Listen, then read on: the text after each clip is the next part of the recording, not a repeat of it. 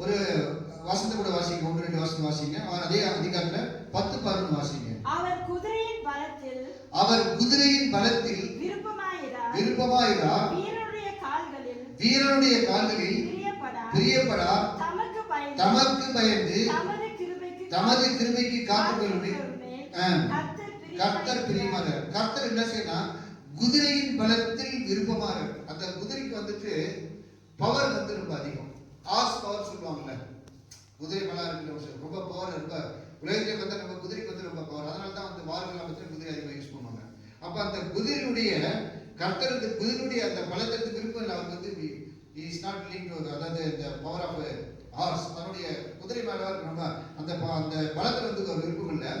வீரனுடைய கால்களில் பிரியப்படாது. வீரனுக்கு பார்த்தீங்கன்னாக்கா அவன் கால் வந்து ரொம்ப உறுதியா இருக்கும், ரொம்ப ஸ்ட்ராங்கா இருக்கும், ரொம்ப பலமுள்ளதா இருக்கும். அந்த காலில் கூட அவர் பிரியப்பட மாட்டாரு. எதனால அவருக்கு பிரியமா இருக்கிறாங்க? ரொம்ப வந்து ரொம்ப அதாவது எப்படி சொல்லப்போனா டிலைட்டா இருக்கிறாங்க, எப்படி ரொம்ப சந்தோஷமா மகிழ்ச்சியா இருக்கிறாங்கக்கா, தமக்கு பயந்து who fear God keep his laws, this is whole duty of the man. அவருக்கு பயந்து, கர்த்தருக்கு பயந்து, தமது கிருபைக்கு, அதாவது அவருடைய கிருபைக்குன்னா அன்போட கொஞ்சம் மேல, ஒரு படி மேல, அன்ஃபெயிலிங் லவ் சொல்லுவாங்க. தமது கிருபைக்கு காத்திருக்கிற கர்த்தர் பிரியமா இருக்கிறார். தமக்கு கர்த்தருக்கு பயந்து, தீமையை விட்டு விலகிறது தான் கர்த்தருக்கு பயப்படுற பயம். யோபு 28:20 சொல்லியிருக்கு. அப்ப தமக்கு பயந்து தமது கிருபைக்கு, தம்முடைய அன்புக்கு யாரெல்லாம் காத்துக்கிறாங்களோ அவங்க மேல மட்டும் தான் என்ன செய்யறாரு? ஆண்டவர் பிரியமா இருக்காரு. இது மேல பிரியமா இருக்க மாட்டாரு, குதிரை மேல பிரியமா இருக்க மாட்டாரு, குதிரையுடைய பலத்துல அவர் பிரியம் இல்ல, வேறுடைய காலில பிரியம், மற்ற எதுலையுமே அவர் பிரியம் இல்ல. தமக்கு பயந்து தமது கிருபைக்கு காத்துக்கிறது தான் கர்த்தர் பிரியமா இருக்கார். யார் மேல் வந்து கர்த்தர் பிரியமா இருக்கார்? யார் வசனம் அதை தியானிக்க போறோம். நீதிமொழி புத்தகத்தை திருப்பிக் கொள்ளுங்கள். நீதிமொழிகள் 12ஆம் அதிகாரம் 22வது வசனத்தை வாசிங்க. பொய் உதடுகள் கர்த்தருக்கு அருவருப்பானவைகள். உண்மையாய் நடக்கிறவர்களோ அவருக்கு பிரியம். எதை வந்து ஆண்டவர் இருக்கிறார்னா, யாரெல்லாம் பொய் பேசுறா அவர் ரொம்ப இருக்கிறார். பொய் உதடுகள், நீங்க எல்லாம் பாத்தீங்கன்னா வாய் காத்துல பொய் தவிர எதுவுமே வரும். பொய் உதடுகள் வந்து கர்த்தர் இருக்கிறார்.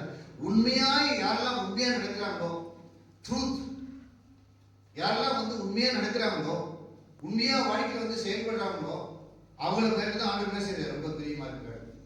அப்ப நம்ம என்ன செய்யணும்? தேவனுடைய பிள்ளைகள் எல்லா காலத்திலும் நம்ம உண்மையா இருக்கும். பணக்காரனா இருக்கலாம், ஏழையா இருக்கலாம், படிச்சுனா படிக்காம கூட இருக்கலாம். ஆனா எல்லா காலத்திலும் என்ன செய்யணும்? உண்மை உள்ளவர்களாக காணப்பட வேண்டும். அப்படி நாம் உண்மை உள்ளவர்களாக காணப்படும் பொழுதுதான் என்ன செய்யறாரு? கர்த்தர் வந்துட்டு நம்ம மேல ரொம்ப பிரியமா இருப்பாரு. இன்னும் எப்படி பிரியமா இருப்பார் பாருங்க. அதே நீதிமொழி புஸ்தகம் 15ஆம் அதிகாரம் 8வது வசனத்தை திருப்பிக் கொள்ளுங்கள். 15:8. துன்மார்க்கனுடைய வழி கர்த்தருக்கு அருவருப்பானது. அதாவது துன்மார்க்கனுடைய வழி வந்து கர்த்தருக்கு அருவருப்பானது. செம்மையானவர்களின் ஜெபமோ அவருக்கு பிரியம்.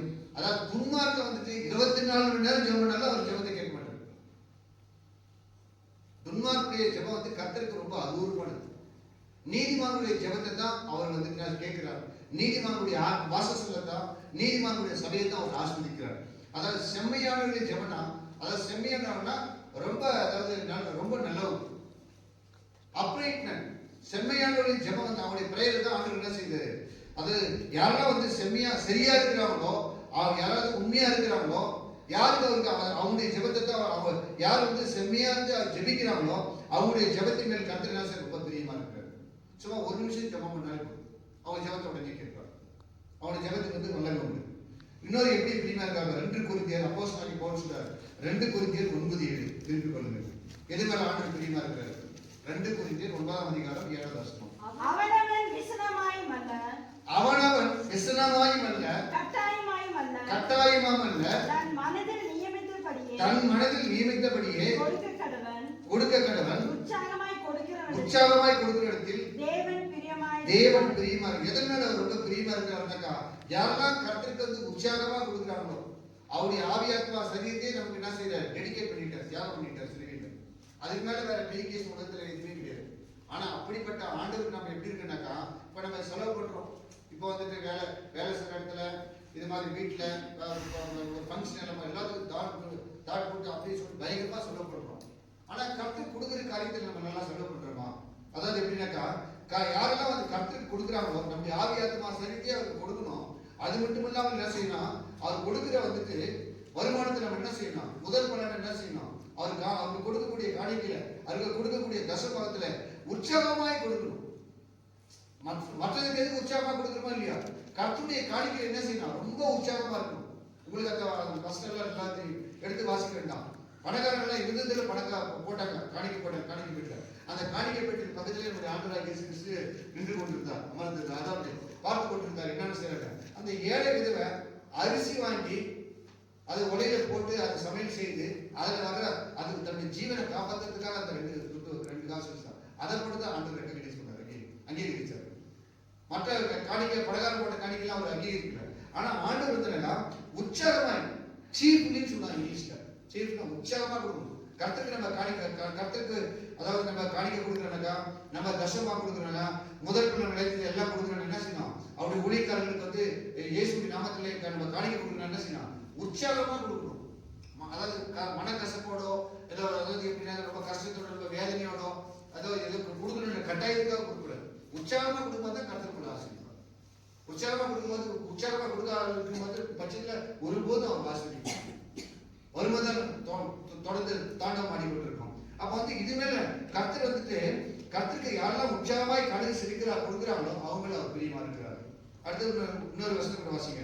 சங்கீத புஸ்தகம் 45ஆம் சங்கீதம் 10:11 வாசிங்க. சங்கீதம் 45:10-11. எது மேல அவர் பிரியமா இருக்கிறார்? குமாரத்தியே கேள், நீ உன் செவியை சாய்த்து சிந்தித்துக் கொள். குமாரத்தியே கேள், நீ உன் செவியை சாய்த்து சிந்தித்துக் கொள். உன் ஜனத்தையும் உன் தகப்பன் வீட்டையும் மறந்துவிடு. அப்பொழுது ராஜா உன் அழகில் பிரியமா இருப்பார். அவர் உன் ஆண்டவர்.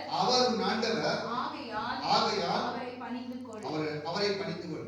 அதை நம்முடைய சபையை குறித்து கூட நம்ம ஓபிசி சபை இருக்குது. இந்த ஓபிசி சபையை குறித்து ஆண்டு பேசுறாரு, மத்தியானம் பேசுகிறேன். என்ன சொல்றாருனாக்கா, அதாவது இந்த உலகத்தையும் இந்த உலகத்துக்கு உண்டாகலாம் பிசாசுக்கு உண்டானவை. அதாவது உலகத்தையும் உலகத்துடைய இச்சைகளையும் நம்ம என்ன செய்யணும், நேசிக்க கூடாது. உலகத்தையும் நம்ம அதிகமா நேசிக்க கூடாது. உலகத்துடைய அந்த பொருட்களை உலகத்துடைய இச்சைகளை நாம் அதிகமா நேசிக்க கூடாது. அதையெல்லாம் நாம் வெறுக்க வேண்டும். அதையெல்லாம் நாம் வெறுக்கும் போது மட்டும்தான் நம்ம கர்த்தர் பிரியமா இருப்பார். வசனம் இருக்குது, உலகத்திலையும் அன்பு கூறாதீர்கள். எல்லாம் உலகத்துக்கு எல்லாம் ஆண்டவர்கள் உண்டானதில்லை. அது அவனுக்கு அவங்க பிள்ளைகளுக்காக வச்சிருக்கிறோம். நமக்கு என்ன கொடுக்குன்னு அவருக்கு தெரியும். அப்ப என்ன எதை ஆண்டவர் பிரியமானா, அதை உலகத்தையும் உலகத்துடைய இச்சைகளையும் வெறுக்கும் போது மட்டும்தான் என்ன செய்யறாரு, கர்த்தர் பிரியமா இருக்கு.